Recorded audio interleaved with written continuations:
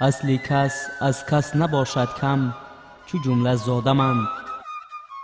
لیک هر کس جوهر علم است، والا گوهر است. عبدالرحمن جامی.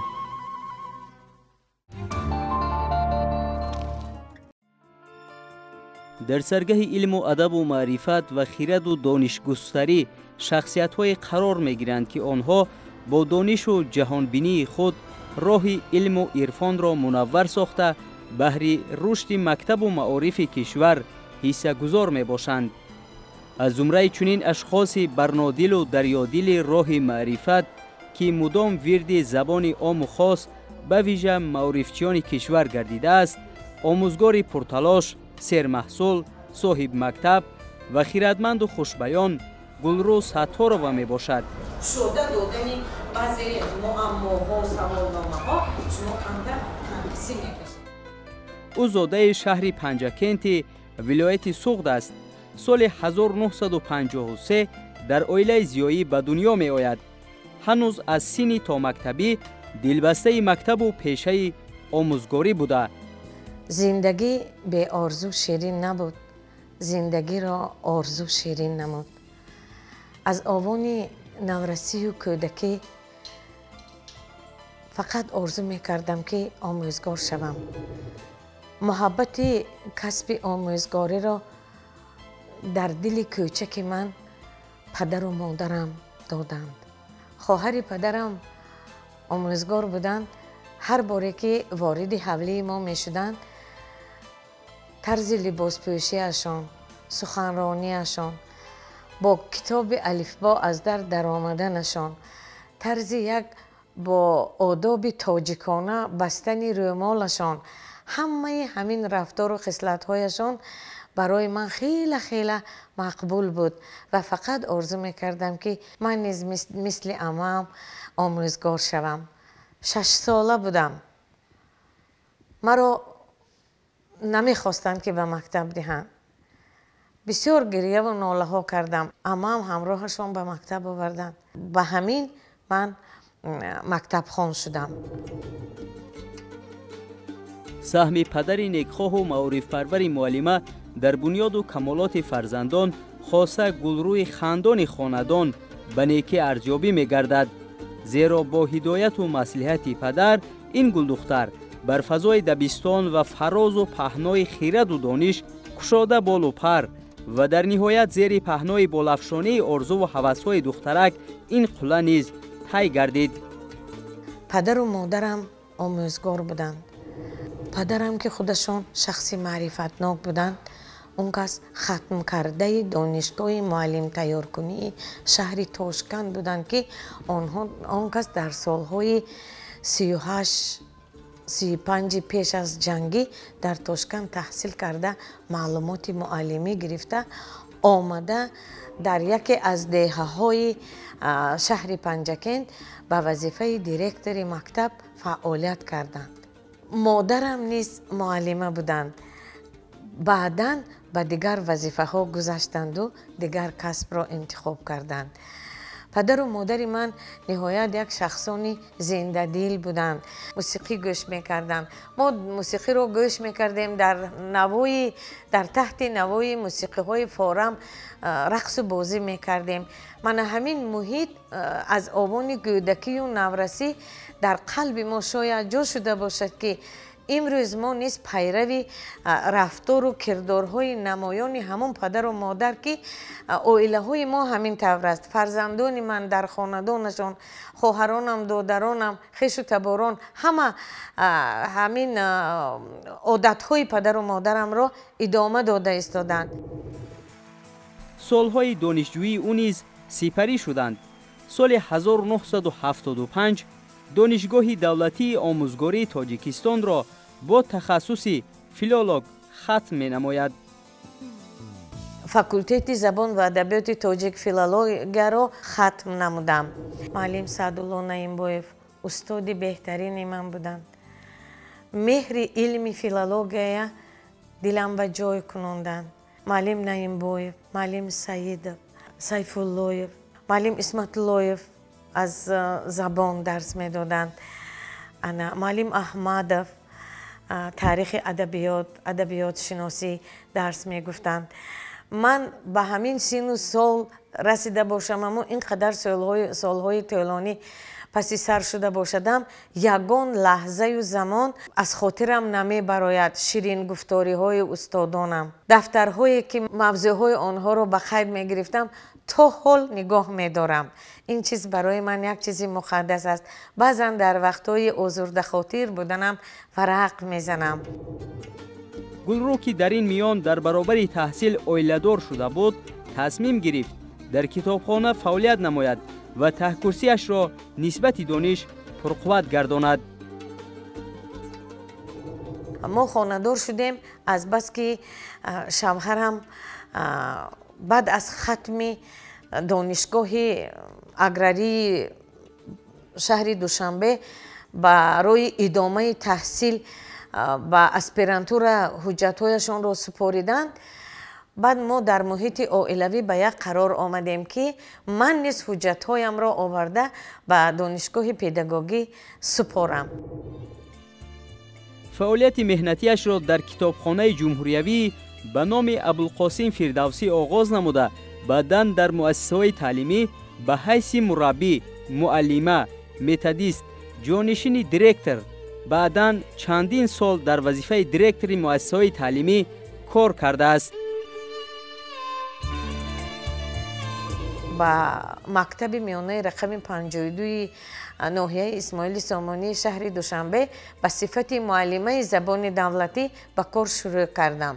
من در فعالیت دیرکتوریم در مکتب رقم 12 ناحیه اسماعیل سامانی، در مکتب 52 بعد از اتستاسیای وزارت معارف جمهوری تاجیکستان با گیمنازیای رقم 9 به طریق گزارش تعیین کردند. معلمه ستاره و گلرو قربانانه یکی از شخصیت‌های شناخته ساحه معارف کشور می باشند که طول فعالیت کاری زیاده از 50 ساله خود توانستند خود را در همین ساحه معارف معرفی نمایند. من همچون سابقه دار ساحه معلمه را سالیان زیاد است که می شناسم. معلمه را من از دوران کودکی سپس نورسی و جوانی هم می شناختم و اون کس رو همچون ایدئال خود انتخاب نموده بودم و امروزها خوشبخت از آنم که با معلمه در یک مؤسسه کار و فعالیت میکنم.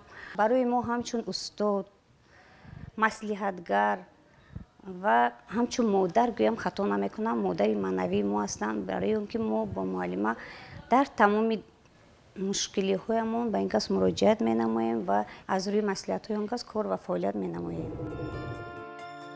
علوچه معارف خلق جمهوری تاجیکستان، نخستین اشتراکچی و برنده آزمون کسبی دیرکتور سال در سال 1999 می باشد. شخصی تربیتگر خود باید تربیت دیده و معرفتناک باشد. خیرتمندی می گوید اگر عاشقان از آسمان جفت ستاره خود را جویند، معلم از دفتر شاگردان فردای آنها را. از معلم وابستگی زیاد دارد تربیت سالم و در وجود طالب علمان جای کردن مهر کتاب و دانش و مهری که آنها را در چهارراهی زندگی برای خوب هدایت باید کنند. گلرو ستارова معلمه واقعا اصیل و ادب‌پژوه است که بیش از 50 سال حیات پربرکت خود را صرف پیشه پرشرف آموزگاری، ویژه تعلیم و تربیت نسل نورس و جوانان نموده در این جبهه دستاوردهای بزرگ را نایل می‌گردد.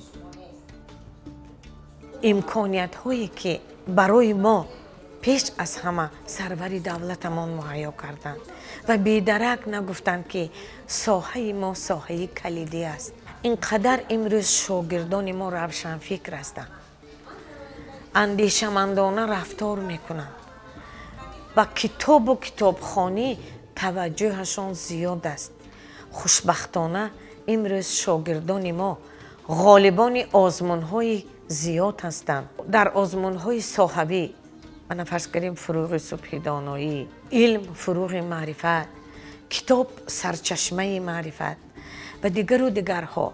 خوانندگان ما شماره زیاد در مرکز رشد استعدادها فعالیت میکنند.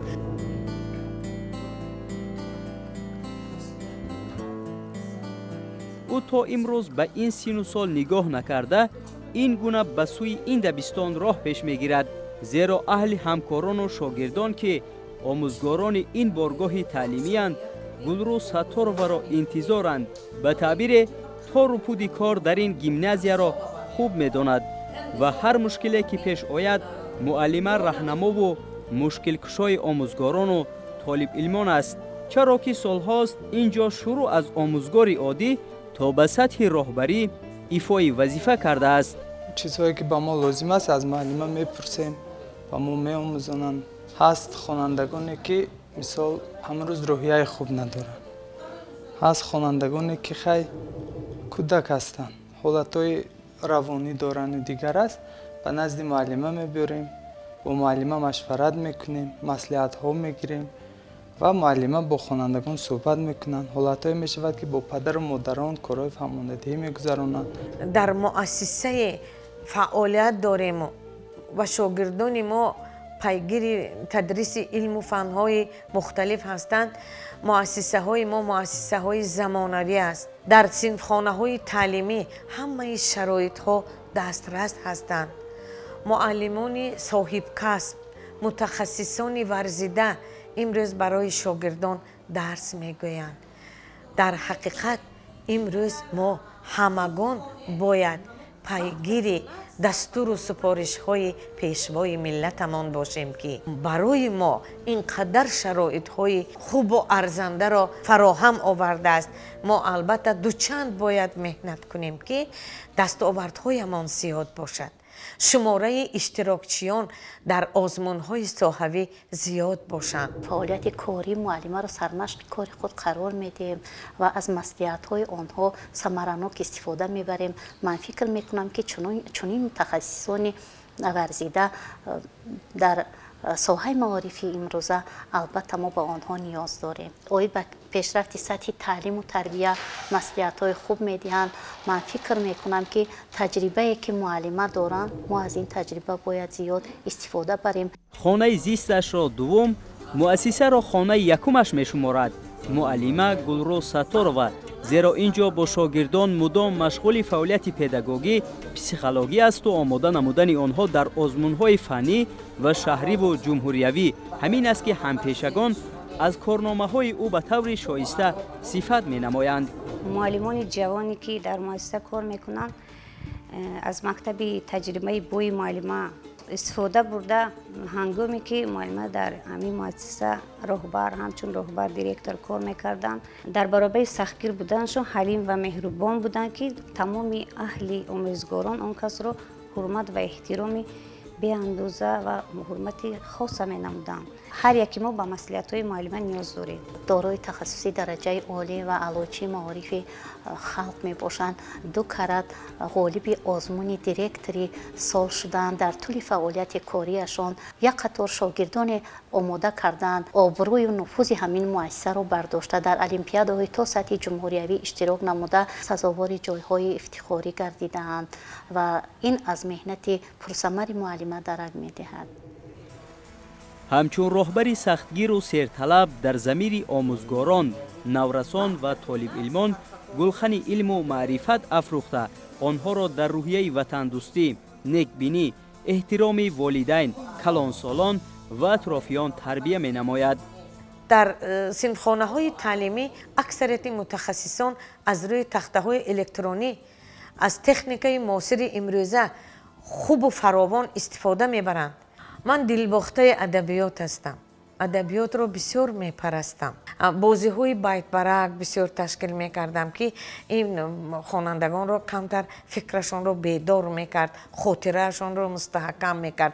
برای همین نسبت شعر، نسبت ادبیات توجه دارم. در همه کنفرانس های ناحیوی، شهری و جمهوریوی همچون آموزگار سابقه دار برآمدها میکنند.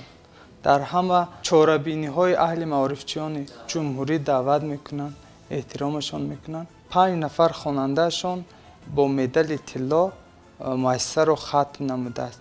Инчунин ҳоло ҳам дар озмунҳои ҷумҳуриявие ки ҳаст, саҳми муаллима бениҳоят назаррас аст. Муаллима чун дарс ҳам надиҳанд, машваратҳо аз инҳо мегирем.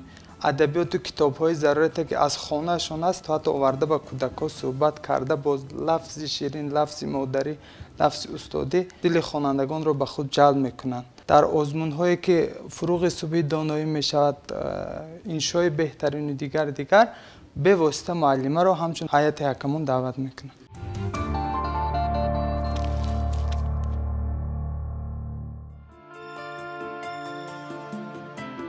ҳамсари қаҳрамони намоиши мо ва падари фарзандони соҳибхиради ин оилаи маърифатпарвар, доктори илмҳои биологӣ, узви вобастаи Академияи илмҳои муҳандисии ҷумҳурии Тоҷикистон, профессор Салимбек Расулов мебошад. шавҳарам Расулов Салимбек Расулович дастпарвари донишгоҳи аграрии ҷумҳурии Тоҷикистон буданд. тӯли солҳои зиёд дар ҳамин донишгоҳ ҳамчун мудири кафедра, профессори кафедра фаъолият карданд. солҳои зиёд дар институти ҷаҳонии Тимирязеви Москва рисолаи кори илмӣ докториро дар ҳамон ҷо ҳимоя карда ба унвони профессорӣ сазовор шуданд.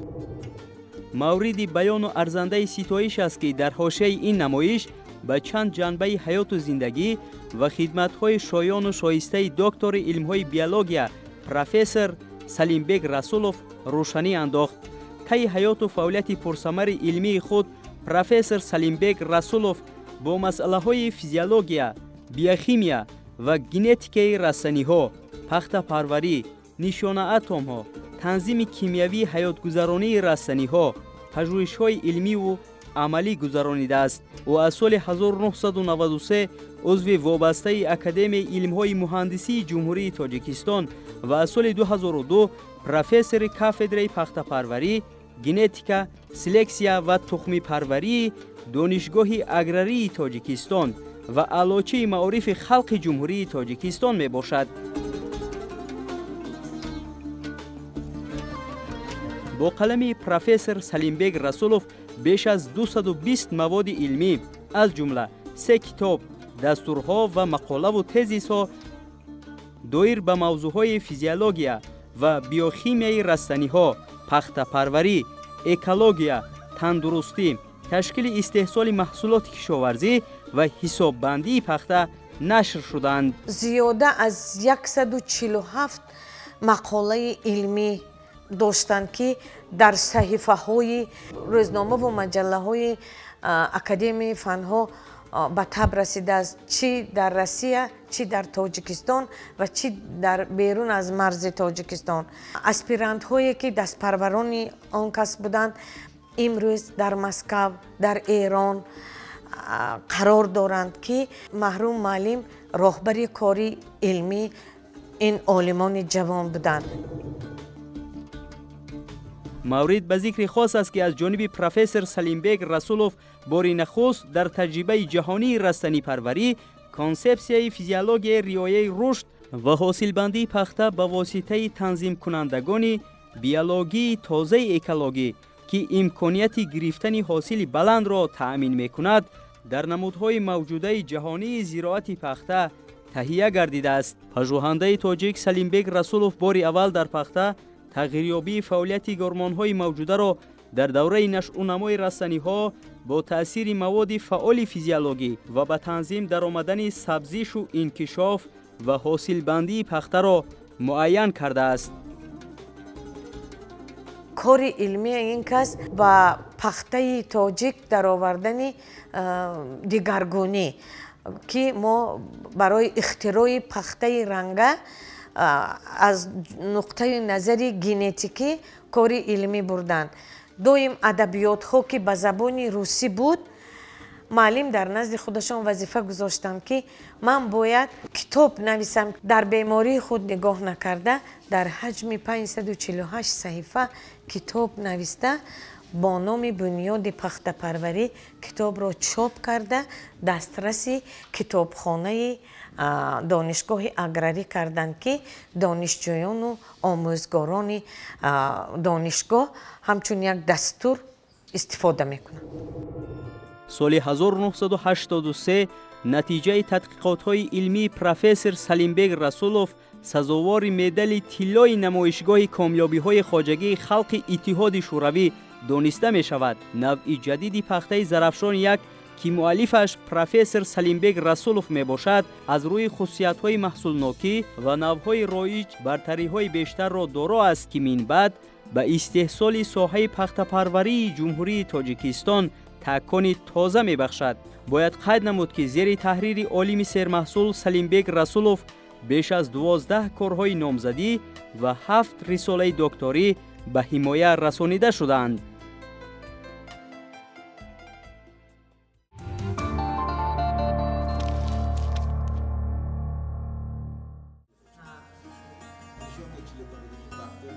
همزمان این زنی نکسیریش و دوست دارنده کسب خویش برابر فعالیت پداگوژی بیش از 50 سالش در روزگار زندگی اویلوی خوب و نمونوی دارد. همراه با شوهر عالم و پژوهنده‌اش سلیمبگ رسولوف 3 فرزند صاحب نام و افتخارمند را به کمال رسانیده صاحب معلومات عالی نمودند که امروز هر کدام پی خدمت خلق و وطن کمر همت بستند. 3 فرزند در عائله زیایی آموزگار به وایه رسیدند، تعلیم گرفتند، هر 3 دارای معلومات عالی هستند. امروز در جامعه فعالیت کرده ایستادند. من افتخار میکنم. مولوده فرزند نخستین خاندان بوده یک مدت من حیث روزنامه‌نگار در تلویزیون و روزنامه و مجله‌های وطنی فعالیت می‌نماید. من در اویله فرزند کلونی هستم. در اویله زیایی به دنیا آمده به وای رسیدم. روانشان شاد بود پدر بزرگم دکتر علم‌های بیولوژی پروفسور سلیمبگ رسولوف. مادرم 52 سال در شهر دوشنبه زندگی دارند و فعالیتشان نوابسته تنها در یک سمت است، سمت معارف. چون مادر من آموزگار هستند و اولین الفاظی که ما برای ما آموختند و اولین حرف و هجایی که ما در زندگی آموخته باشیم استاد اولین ما مادرمان هستند. هرچند که مادرم در مکتب راهبر بودند، مدیری قسمت علمی بودند. وقتی که من تحصیل میکردم بعدتر سروری اون مکتب بودند. این چیز برای ما دخل نداشت. همیشه در خانه تاکید میکردند که نفخرید از اونی که من راهبر مکتب شما هستم و در اون مکتب من فعالیت میکنم. همیشه سری کتاب بودیم، همیشه سری از یاد کردن پاره های نظمی و نثری بودیم. عموما ما از خردی در صحنه تلویزیون به وای رسیدیم، چون اون سالهایی که ما مکتب میخوندیم خیلی آزمون ها زیاد بودند. نمایش های قابل کیست بود، پند و اندرز نیاگون بود، نمایش آینه بود. من برنده نمایش آینه بودم همراه انا شهباز رجبوف. ما یک جای نمایش آینه رو میبردیم. فرزند دوم و محبوب و معروف معلمه اولوغبک است که او در برابر اقتصادچی بودنش نطاق بخش خارجی تلویزیون تاجیکستان می باشد. بودم کودک به دستم خامه دادی، کلانم کردی و رهنامه دادی، در آوردی به باغ علم و عرفان چو فردوسی به من شاهنامه دادی. تربیه مادر بزرگ برای ما یک شاهنامه است که ما امروز در این وطن عزیز و مهربان تا حال فعالیت داریم، زندگی خوب و آسایشته داریم. شکرگزاری از فضای صلح و آرامی وطن عزیزمان. من فخر میکنم که در چنین عائله به وای رسیدم. مادرم در سختگیر هستند، سختگیر هستند. در بخش سیوم میخواندم، مادرم آمده از دکانای فاکولتت میپرسیدند که پسری من درس آمد یا نه آمد، یا ژورنال رو میدیدند که این هست یا نیست. گفته هم خیلی سختگیر بودم، چون که معلم هستند. شاعرم به شک نگفته است که معلم گلچین باغ معانی، معلم نقطه سنج زندگانی. هر یک استاد پیش از یک کس را تربیت دادن سراول از فرزندان خود سر میکند. ما رو نیز مادر عزیزم در همین روحیه دوستی و رفاقت، مهر به وطن، صداقت به خویش و اقربا، رفت و آمد، دوستی، در همین رویه تربیت یافتم. ابایزم فرهنگی هستند، ژورنالیستی نامی هستند، دادرم طبیب است، خودم اقتصادچی هستم و هم یک کسب دیگر هم با یک ژورنالیستیک فرهنگ است. پدر در دانشگاه اگراری فعالیت میکردند، پروفسور بودند، سختگیر بودند، مثل مادرم سختگیر نبودند. پدرم فقط میگفتند که پسرم کوشش کنید و تمام فرزندان که رشته خویش و اقربای دوستی و رفاقت کنده نشود، چون که عالم بودند. تا حال دروازه ما، در خانه ما همه وقت باز است. هم خیلی زنده دل بودند که اگر یک جای در خانه طعام میخوردیم میگفتن همسایه رو فریاد کن که زیغ شدم. بعد یک جا با خوراک شام میخوردیم، صحبت میکردیم. بسیار دوستدار بودند، دوستان زیادی داشتن و دوستدار بودند که هر هفته جمع میشدند. فرزند نهایی بهزاد طبیب است و به درد صدها بیماران دوا میبخشد و از همه مهمش گلرو ستارова مادری مهربان، بیبی غمخوار و کاتبانوی خانواده است و عبرت آموز دیگران.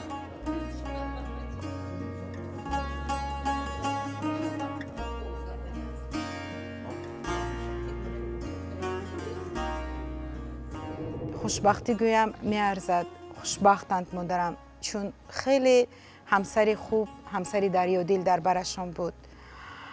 ما فرزندان کوشش میکنیم که باز نام بلندی پدر و مادرمان رو باز بلندتر نگه داریم.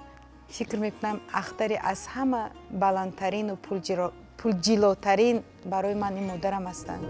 دولتی پیری پرثمر آرام نصیبشان باشد.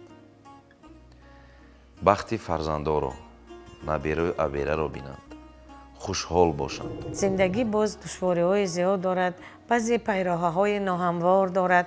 همه این چیزها رو با ما به خوبی به نیکی حل و فصل کرده. وقتی زیادم رو برای شنیدن موسیقی صرف میکنم. شنیدن موسیقی هم این هم یک راه تربیت است در زندگی، یک در روحیه دوستی و در روحیه سالمی تربیت یافتن عائله است. گلرو ستارова واقعا هم از آموزگاران ورزیده و نامور پایتخت بوده. سابقه کلان آموزگاری و تجربه غنی دارد. مسئولیت، انسان دوستی و حسی بلندی میهن پرستی او را دو کرته و از این هم بیش وادار میکند که به کسب خویش بیش توجه کند و آن را زیادتر دوست دارد. تو هستم برای پیشرفت ساحه معارف خدمت میکنم. کسبم را دوست میدارم. از انتخاب کسبم هیچگاه یگان لحظه پشیمانم نشدم.